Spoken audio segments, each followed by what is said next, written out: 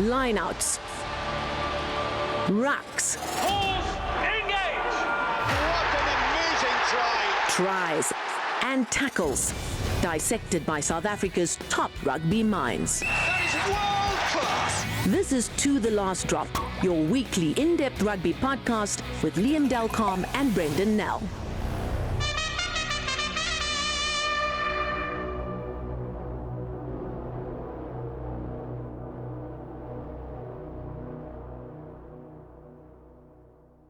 This is To the Last Drop. I'm Brenden Nell. I'm Liam Carme. Liam, it's one of those in-between weeks. The Boks are in Jersey on an island which is preparing them for the lovely weather of Scotland. Pearl and Plain? Jersey. They're not wearing jerseys at Jersey. But yeah, apparently they're having a very nice time at a very nice resort, preparing for the tour. But it's in one of those in-between weeks where there's no actual rugby being played. But we've got somebody special on the show today. We do, yeah. It is a bit of a weird week. As much as we tell people that rugby is this thing that goes on for 52 weeks, it's non-stop. The train doesn't ever grind to a halt. This is a weird one in that there is a week where there's nothing. But it's a bit of a build-up to next month. When I say next month, I mean obviously November. A big rugby month. So while there is a bit of a lull this week, please know that there's something, there's a big month ahead of us. And in terms of our guest, we thought it was a good time to get one of the heavy hitters in South African rugby onto our show to answer a couple of awkward, if not difficult questions. That's been really part of the South African rugby landscape the last couple of months. So SA Rugby's Chief Executive Rian Oberholzer kindly agreed to come onto our show, and he's going to have a chat with us shortly. Yeah, we did try and propose those. Just saying that, just to put a caveat here, we did also, when we spoke about the equity deal, Liam and I did reach out to the other side, to some of the provinces who, and I think we've said this in the previous pod as well, that oppose the deal at the moment, asked them if they wanted to come on and put their side. They declined. But we thought, let's go straight and ask Rian straight out about it. There are obviously a couple of caveats. There are non-disclosure agreements, and there are certain things he couldn't talk about. But I think we did get quite a bit out of him. So I think have a listen, and then you'll see for yourself. With us today is a special guest, a man who has vast experience in the field of administration. In fact, he's had a couple of bites at the cherry, as it were, in South African rugby administration, not just South Africa, but abroad as well. Rian, it started a very long time ago for you. You called Sydney home for a while, didn't you? I did indeed, yeah. I was the CEO of Sanzar at the time, so not a long period of time. I was there for about a year, and then came back to South Africa. Good groundwork done, though, for a competition that was... did South Africa a good service for a good number of years? That was the first iteration of the Super Rugby, Super 12 at the time, that I was the CEO of before I came back to join SA Rugby. And now, Rian, you had your second round with SA Rugby. I'm sure you thought you saw everything in your first round where, back in the 90s where they were quite... It was quite turbulent times at times then for SA Rugby, but you've certainly had more than your fair share of situations to handle this time around. I think what was challenging the first time around was just rugby just became professional, and rugby wasn't prepared for professionalism at the time, not only in South Africa but across the board, where we now had to put professional structures in place. While we were still mostly an amateur administered sport. And I think if we had a bit more time to prepare, I think the outcome would have been a bit different, and the situation we are in now 20 years later might have been a bit different as well. So we still are in the situation of trying to run a professional sport. And again, I'm saying not South Africa, only across the board. But while we have also some community rugby structures and amateur structures that need to be taken into consideration as well as part of delivering the professional side of the sport. Is it just simply a case of the amateur structures as it existed, the tentacles go so far and wide that it's almost, well, not almost, that it is difficult to move on? Or do you think rugby has attracted a new breed of person, maybe in administration, that maybe in some ways still applies the handbrake? No, I don't think that is fair. I think what we all have to understand is the DNA of rugby. What is the DNA of rugby? And if we look at South African rugby, the DNA is in the community game. It is in our schools. It is in our club structures. It is in our provincial structure. So we can't do away with that. So we can't wish away the community game and only concentrate on the professional game. So it is not possible to have a structure where you only cater for the professional side of the game, but you do not look at the community side of the game. And I think that is the challenge, because the community, as it was called amateur rugby at the time, and we preferred to talk about community rugby, it's got its own challenges and it's got its own structure that needs to be in place for it to operate successfully. However, the professional game needs its own structures as well. They need a different mindset and skill set to run the professional game. So to balance the two has always been a challenge, and it will always be a challenge. Has that become easier? Finding that balance. I mean, if you think back of, say, the late 90s, I know this is putting you a little bit on the spot, but it is still challenging. It is still challenging, and we really thought with the equity deal that we were planning to put in place, it will assist with that, where you will have an organization that concentrates on the commercial side and commercializing the game, while SA Rugby can concentrate on the business of rugby. So that is one of the reasons why SA Rugby decided in 2019 to start looking at an equity partner to assist them.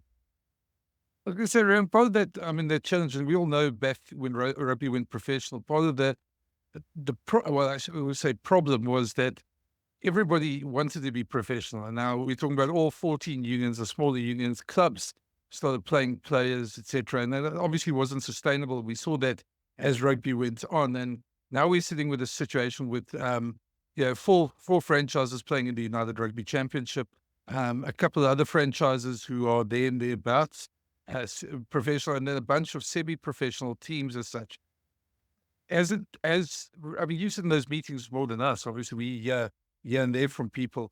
But has that mindset on the outside of the professional rugby understood the how can I say, the limitations of what amateur rugby can be? Do you still feel that there's a bit of a mindset there that they almost want to be professional as well? I think they all want to have a competition in which they can play. I think they all want a competition in which they can play that will allow them to contract players to play in the competition. We also must be careful to think that we can only have 4 professional teams in South Africa. The player drain will be so much bigger. We already have a huge outflow of players into America. If you can just go and do your homework there, I think there's nearly 100 players playing in America. There's a hell of a lot of players in France in the second division and even the third division, and now players are in Russia as well. So the South Africa, because of our talent pool and our massive community structures, we produce a lot of players that want to play, and they all see themselves to be professionals. Can we put a structure in place where we can accommodate a majority of them? I think yes. I think we have to look at the number of professional players we have. We have to look at the salaries and salary caps. Those are things that we need to start talking to each other about again. And I think a very important part of professionalism that we have not really grasped in the rugby yet is the transfer system, where clubs get compensated for the development of players, or when you want to buy my player, I can transfer him, so a player becomes an asset instead of a liability. At this moment in time, players are liabilities in South African rugby, not assets. So the quicker we can have a proper transfer system in place, similar to what they do in football, for example, quicker we will resolve a lot of our other problems. With players that's coming from smaller unions, move to a big union, and there's no compensation for the smaller union. And or South African teams that get South African players that get contracted for international teams in France and Japan, for example, and the local provinces get no compensation for that. So I think those are the type of issues that we still grapple with 20 years after professionalism. A few years ago, Rian, and this was kind of foisted upon rugby because of the pandemic and other things. South Africa had to trim the number of professional players that it had in its ranks. What would the ideal number be? I mean, is it? I know we now a few years post the pandemic, but do we need to widen that pool slightly? Because that has to be backed up with solid financials. Are we there yet, or are we close to that? I think what we first have to do is to understand what is your competition structure, and what competitions can we afford to support. How many teams can play on an international stage, such as a URC competition, for example. So if that is full, what do we do with the others? And that is why it was so important for us to fix the Currie Cup, because the Currie Cup was broken and we had to fix it. And I think last year we started on a process to get the Currie Cup back to the status it had, and I think we can even improve on it a bit more, where we can put the structure in place as it is now, where the top 8 teams in South Africa participate in the Currie Cup. So that just gives you another level of competition where we can contract players in. Once we've got the competition structure sorted, then we have to sit around the table and agree on the number of players that we need to participate in these competitions. So just to say that we have to have 600 or 700 professional players, we do that without looking at the science of the competitions we play in, player welfare, player workload, etc. That all need to be taken into account, and we sit around a table and say, okay, if you play in the Currie Cup competition, your squad can be X. If you play in Currie Cup and URC, your squad size can be Y. Once we've done that, Liam, we'll only then be in a position to really determine how many professional rugby players we need in South Africa. I really want to just latch on to that. One of the things, I suppose, that works against you in that is the thing that I call the Loch Ness Monster of rugby, the thing we never see is the global season.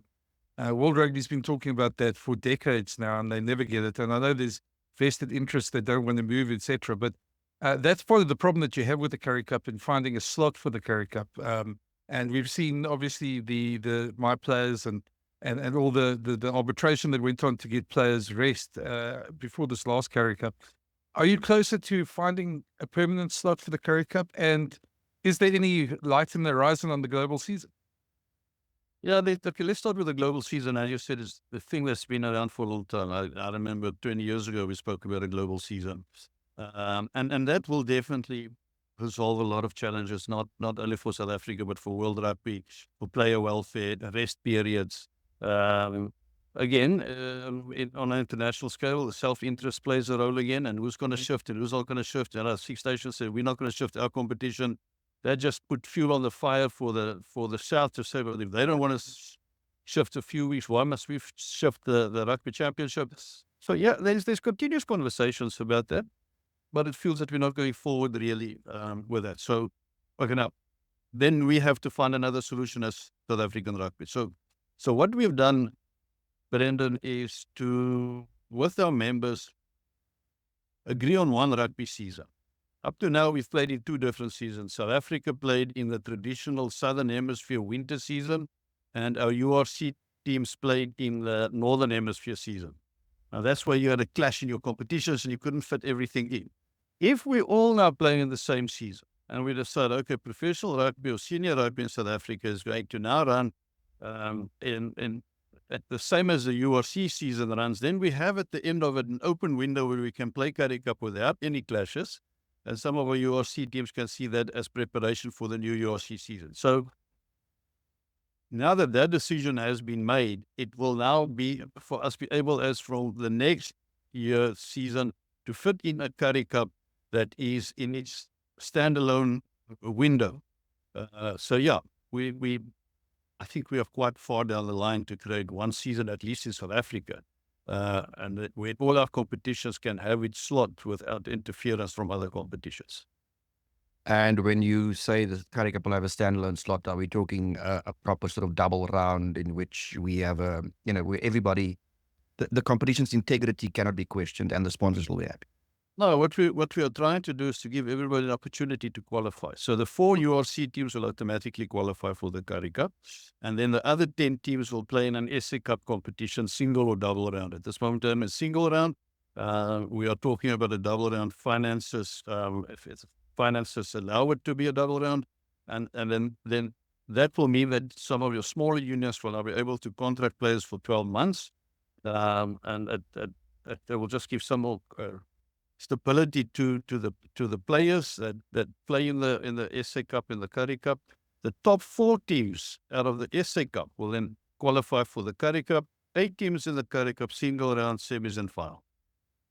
Rian, we've also heard like Frans Steyn at the Cheetahs talk about maybe for those other teams going back into a Southern Hemisphere competition of some sort. Is there any light on the horizon on that one?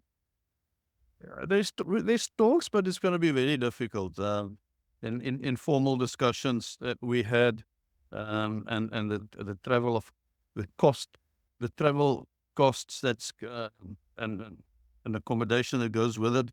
The only way that can work potentially is, but that will mean our teams must base themselves in Australia. Now, what benefit is there then really for the team and its supporters if the team sits in Perth or in Melbourne, and there's no local competition for them back in South Africa? So it is something that is talked about. The chances of that happening is slim. Mm-hmm. Now, the topic that we sort of spoke about very briefly at the front, that we kind of have to tiptoe around, but that we can't avoid, is the one about the equity deal. Can you give us an idea of where you at? Can you give us an idea of what SA Rugby strategy would be given the current situation it finds itself in? Because it's clear now that not everybody is on board. No, I think we must just go back in history and decide why did SA Rugby decide to embark on a equity deal, and it was that we were mostly 2 reasons. First of all, we had break-even business for many years. We never made a profit. Although our income streams increased, we still have no profit. We have no reserve fund. And then that was the thought at the time in 2019, let's have a reserve fund. If anything goes wrong, we at least have some money. COVID came, the little money there was is gone. Everybody took advances from World Rugby. And then SA Rugby decided, well, the most important aspect of the equity deal is to have an investor that will put money into rugby that will allow us to have a reserve fund, but will also have money available to release to our members. However, in the discussions we had, we also realized that the cash injection is not the only solution to our problems. We also need to have somebody that will assist us through their investment to grow our brand on an international scale. If you look at where we are compared to New Zealand, for example, and or France and England when it comes to commercial generation of income and revenue commercially, we are so far behind the others. So we need to take our brand outside of South Africa as well. New Zealand has done that successfully, and as you can see, you look at their jersey, they have no New Zealand team as a sponsor. They're an international brand now. And we envisage ourselves to be one as well. We're an international brand on the field. We're one of the best on the field, but off the field, we are probably 4th or 5th in the pecking order. So we were looking for an investor that not only can he give us a cash injection in our business and to assist us to have a reserve fund, but also one that with its expertise and its context in professional sport can assist us to take our brand to a much broader base than what we have at this moment in time. So those were the reasons why we entered into an equity deal. But right from the start, Liam, it was always said that it is for the members to decide whether they whether they want to accept the deal or not. We got an instruction of as management to negotiate with the Ackerley Group, to bring a deal to the table for the General Council to decide on. The General Council must now decide what they want to do. Obviously, you will have pros, you'll have those that's for the deal, there's against the deal. Let us sit down, thrash it out, and hopefully come to a position on the 6th of December where all uncertainties have been dealt with, all questions have been answered, and SA Rugby can take a decision that's in the best interest of the whole rugby economy, and maybe not only a few that might not be so comfortable with the deal. Rian, I was going to ask you, because there's been obviously a lot of opinions. There's been a lot of financial journalists who've suddenly weighed in on this deal, etc. And I'm sure you've seen all those. I know you guys have addressed some of them. And what is the consequences if you guys don't get to a deal on the 6th of December? Obviously, it takes away a lot of the leverage you have in going back to the market for a deal, I'm sure. But how catastrophic would it be if you guys can't sort something out? Not catastrophic, Brenden. We will still continue to do business. There will just in the short term be less money available to be distributed across the board of rugby. We will have to work harder to start generating more income. As I said, we are a barely break-even business at this moment in time. Staying a barely break-even business is then going to be our future for the next few years until we can get something else or a different investment. So, yeah, it's going to be challenging, but it is definitely not going to be catastrophic. Do you feel... Rian, Brenden mentioned a moment ago, financial journalists have sort of rolled up their sleeves at this story as well. And one of the sort of themes that has developed is often there are questions asked about your potential partners. Can you just give us a sense of why SA Rugby decided that these guys are the guys, we are happy with what they stand for and what they offer and where they can take the brand? Well, we had two firm offers, a lot of interest, two firm offers in the end in December 2023. The one was CVC and the one was the Ackerley Group. What made the Ackerley Group more attractive for us is the fact that they are invested in sport. They are invested in commercialization of the sport. They have relationships with major players in sport, such as the 49ers Enterprises, who's the owner of the San Francisco 49ers. Together they own Leeds United. So irrespective of what certain journalists said, they have a track record in sport, and they have a track record and contacts with those that have been in professional sport for many years. I mentioned the example of the San Francisco 49ers, who is probably one of the top professional football teams, but also brands in the world. But not only off the field, which they can assist us with, but what can they do for us on the field? Imagine we can send out coaching staff for a 10, 14-day period of time to spend time with the San Francisco 49ers to see how they deal with high performance. What can we learn there? What can we bring back to South Africa? So it's not only what we can do off the field, it is also what we can do on the field. So if you just look at that relationship that they have with the 49ers, and the 49ers Enterprises being one of the investors with the Ackerley Group in the consortium, I think that just showed us that we are on the right track and we're talking to the right people. Rian, I was just going to put it, we talk about all these sort of journalists and people who've come up that say this is a bad deal. I'm going to put it bluntly. Do you feel it is a bad deal that's been put forward?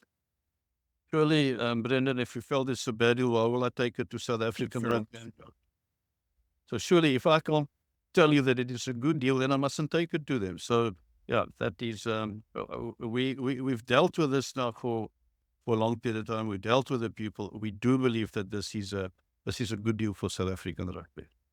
Fair enough. Just in terms of the deal, and this is the only question I'm going to ask you about the deal. Often it's also said that it is, you don't have to drill down into all the nitty-gritty, but it is often said that what the potential investors are offering is a loan.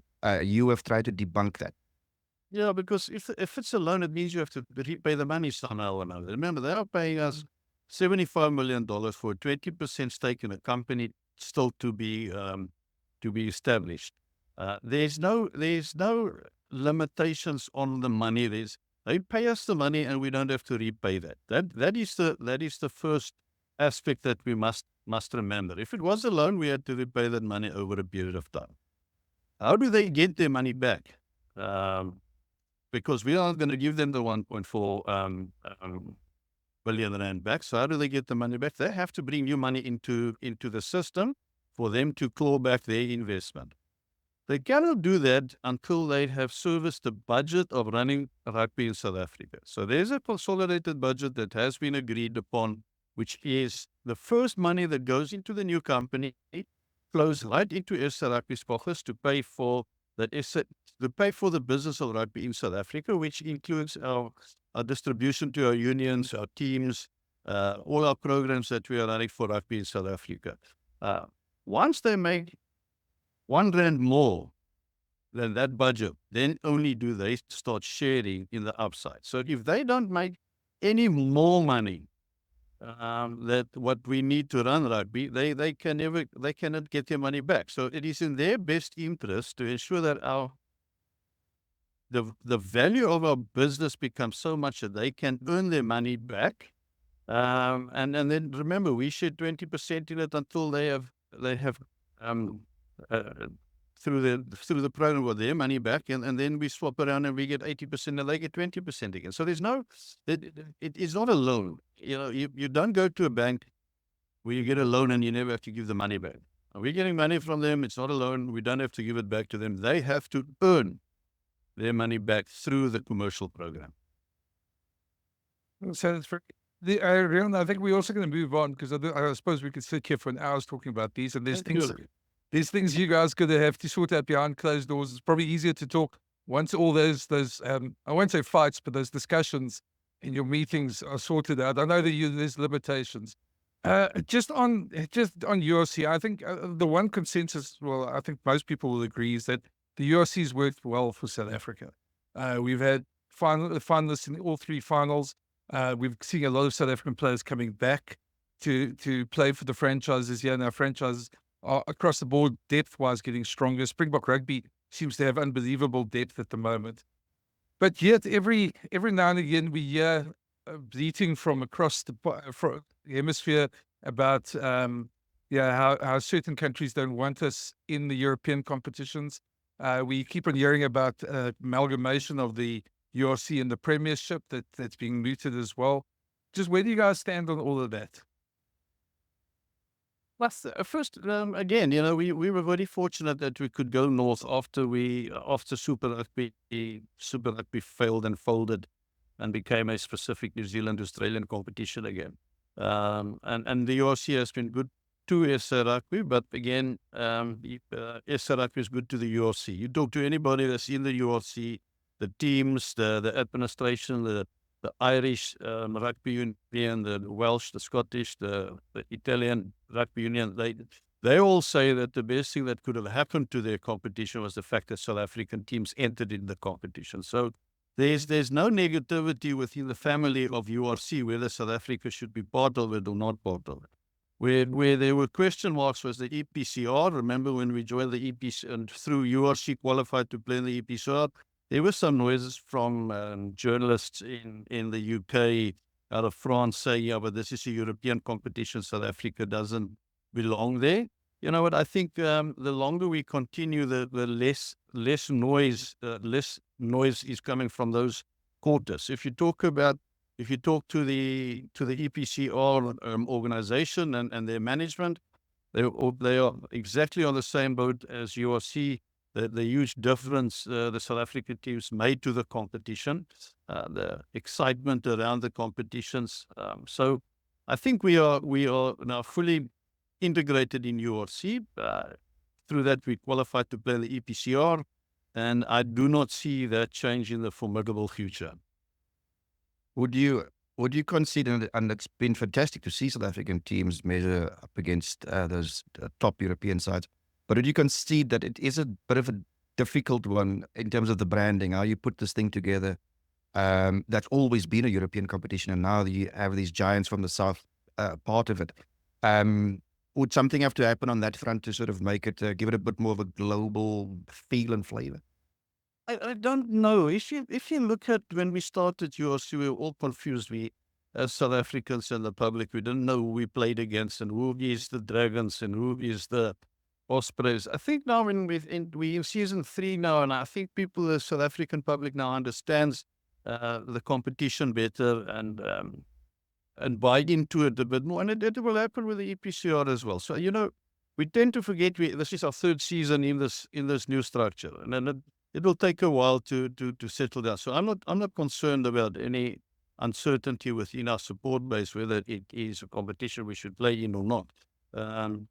You will all see the benefits for the South African team. You mentioned it yourself earlier on, and the death of players coming through. And you all also start hearing out of New Zealand and Australia where they start saying, we might have made a mistake not to have South Africa there anymore. So I don't think it's a negative for us playing in URC. I think it is a positive, and I think the more we settle in the competition, it's a new competition.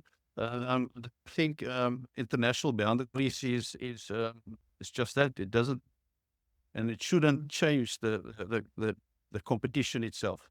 Whether we're from the South playing in Europe shouldn't make a difference. It is the quality of the competition and the support that you get out of the competition that's important.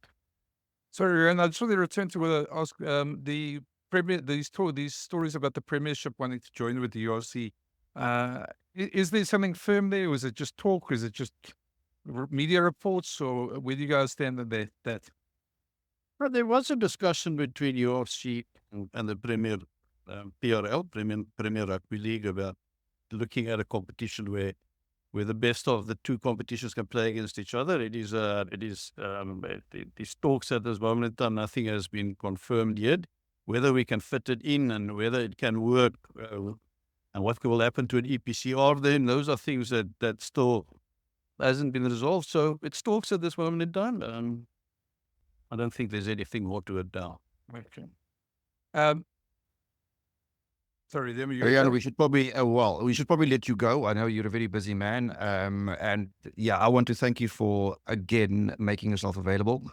What I have to say is that with you in charge of SA Rugby over the years, you've never been scared to answer the difficult questions, and thanks for always availing yourself. So thanks for coming onto our show, and good luck with all these loose ends that need to be tied up at some point. Thank you so much. And you know what? We're also busy with all nonsense. We forget that our Springboks are going to play again in a week and a bit's time in the UK, and hopefully come back undefeated. And in the end, that is why we are here, really. We have to look after our product. Thank you for having me on the show, and then to all your followers, thanks for being such great supporters of rugby and the Springbok team. We really appreciate your support. Thank you. Rian, just from my side, thanks as well. And I echo what Liam says. I think we're going to have you back at some point, hopefully when this equity deal is sorted out. And then we can maybe talk a bit also about, because one of the things I think in the future, which is going to probably come up, is a succession plan for Rassie, because he can't coach forever. I know we all want him to coach forever because he's done so well for the Boks. But at some point, I think we're going to address that. I know you guys have got plans in place for that, but it'd be great to talk about that at some point. Thank you, Brenden. Thanks for having me. Cheers. Thanks. Yes, so there we have it. Well, I think he answered as much as he could. I've never found him one to sort of duck and dive. I mean, when you call and there's a difficult question to be asked, he usually answers his phone or he gets back to you. And yeah, we pretty much saw that now in this interview as well. He tried to answer what he could. Yeah, it's a tough job to be in, because obviously on his side, he has to look after SA Rugby, and that means everything from the amateur sport to all the smaller unions to the professional franchises. And obviously there's always competing sort of viewpoints there the whole time. I think at the end of the day, he's got a track record. He's done well for SA Rugby in the past, and he's back again and he's doing, I know he does have detractors, but at the end of the day, I thought it was great for him to just come on and face the questions. And I may have put it a bit blunt to him at times, but I think good on him for doing it. And he said he'll come back, so we'll have him back again in the future. And hopefully it was worthwhile listening to. Yeah, absolutely. Well, we need to move on, and we mentioned the fact that there's no rugby this week because last weekend saw the round 6 of the United Rugby Championship being played. It was round 5 for South Africa's teams, and the log has a bit of a familiar look, certainly in the top 3 as things stand. Of course, the competition will resume at the end of November. You're not entirely shocked by what you've observed so far, Brenden, after 6 rounds? No, just a couple of thoughts on that round, and I know I'm not going to be quite popular with some of the fans, local fans, for saying this, but first of all, I think Glasgow's win against the Stormers was very bad for South African teams for the challenge, because Glasgow are not going to really lose games that often in the rest of it. It's going to be hard to keep them out of the top 2. It's always been the case with Leinster. Now that you have 2 teams that are going to be vying for the top 2, it's going to make it a bit harder for our teams to get into the top 2. So I thought that loss was a very bad one for the South African cause across the there. And plus, you feel there's something wrong. I had a chat with our friend Gavin Rich about it as well, and we both sort of agreed that there seems something a bit off with the Stormers at the moment. They love to play that helter-skelter rugby, but a team like Franco Smith's Glasgow Warriors are organised. They know what they're doing. They know what to expect, and they're sort of prepared for it, and they play them very well. Sometimes the Stormers try too much on those sort of no-look passes and Hail Marys and things like that. And when they come off, it's beautiful to watch. But other than that, it's as we saw this weekend, it can go quite against you. I was disappointed with the Lions. I know I'm very different. I've taken a bit of flack on the weekend after this. Because while a lot of people said they were very brave in holding against that score, the whole week they spoke about firing a shot, and then they didn't fire any shots, and they just defended. And I felt, if you're going to talk about yourself of being a top 4 side like they've done this season, and you want to compete in that top 4, it's you guys are telling us that, then you have to fire shots. You have to do those sort of even if you lose at the end of the day. Do something. Their attack was nowhere in that game. And I think that's what disappointed me, especially because the Lions are a momentum team, a team that loves to attack. And we almost saw nothing of that in that game. Bulls were lucky. They didn't play well, but they found a way to win. And the Sharks, the Boks, definitely made a difference. And as we've seen, Graham Roundtree's now departed Munster, which was a bit of a surprise to us. But that's in a nutshell my thoughts of the weekend. Yeah, well said. I also thought, the Stormers game, they were very disappointing. But kudos to Glasgow, a team that, in terms of their game management, is almost always spot on. They didn't quite get it right the week before, but they take mature decisions most of the time, and they know what they're about, and they play to their strengths. And I think intelligently coached by Franco Smith. And I think you're right. They're going to be difficult to catch, the deeper you go into the competition. The South African teams, in the case of the Bulls and the Lions, a couple of points off. They have a game in hand. But, it's going to become a bit of a marathon later on. Yeah, definitely. Of course, there's one game this weekend, Liam, that we should mention, because already I see there's people like Joe Marler trying to get himself into the media by saying the haka should be banned and all this stuff. Isn't this what happens every time England comes up a big game? One or two of their players goes in for something sort of a bit ludicrous, makes a lot of headlines. I don't know if it's them or maybe their media contingent that sort of blow it up. But New Zealand have been preparing quietly, and this is going to be an epic clash on the weekend at Twickenham. I think New Zealand might just put up a show that England might be a bit worried about. Yeah, I don't, while Marler in bringing up the haka, I don't think anything is sort of that sacred that you can't talk about it. I think it's probably worth bringing up and bringing into a debate, irrespective of which way you feel about it.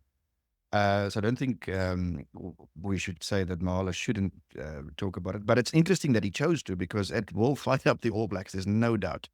So probably not the wisest thing to have done. And we'll see how that plays out. I would be, if I was an All Blacks fan, I'd be quite bullish about this game. I think if we look back at Six Nations, where England's forms a little up and down, they had some good ones, but they also had some iffy ones. All Blacks didn't win the Rugby Championship this year, so there are questions to be asked there. But I think they have more going for them than England, and I think the last thing that Mahala should have done is sort of getting their backs up. Yeah, he certainly waved a red flag in front of them now, and I mean that's all the team like the All Blacks quite needs, because they get very. And let's be honest, we all know a couple of New Zealanders, they get very touchy when you talk about the haka. They find it it's sacred to them, and you understand why once you know the culture there, etc. But it's certainly something that will be mentioned in the team talks. It's certainly, and England, when they're down in New Zealand, they played well in those 2 tests against the All Blacks, but they didn't win, and they missed an opportunity there. So they'll probably feel, back at home, now's our shot to get them. But if you're the All Blacks, you've lost 2 games against South Africa, you've lost 1 against Argentina. That's already being seen as a bad year. The pressure's on them to do it well. And after this, they've got Ireland and France. So they can't afford to lose this game at Twickenham. So it just makes it for an intriguing clash, but I wouldn't be surprised if we see the All Blacks sort of use that motivation to their advantage. Yeah, I see them coming out firing and getting the job done. I mean, they are walking a tightrope on this tour, because if it goes wrong up front, it could be quite devastating. So I think they'll be very careful to avoid that. Well, it's going to be a fascinating weekend, not with the Springboks, of course, but next week we'll have them play Scotland, and that's when the real tour starts. So we'll be back then. I hope you enjoyed this episode. We always try and bring you the most up-to-date stuff. And please tell your colleagues, friends about this podcast. It's always good to get new people listening. But thanks for listening. And cheerio.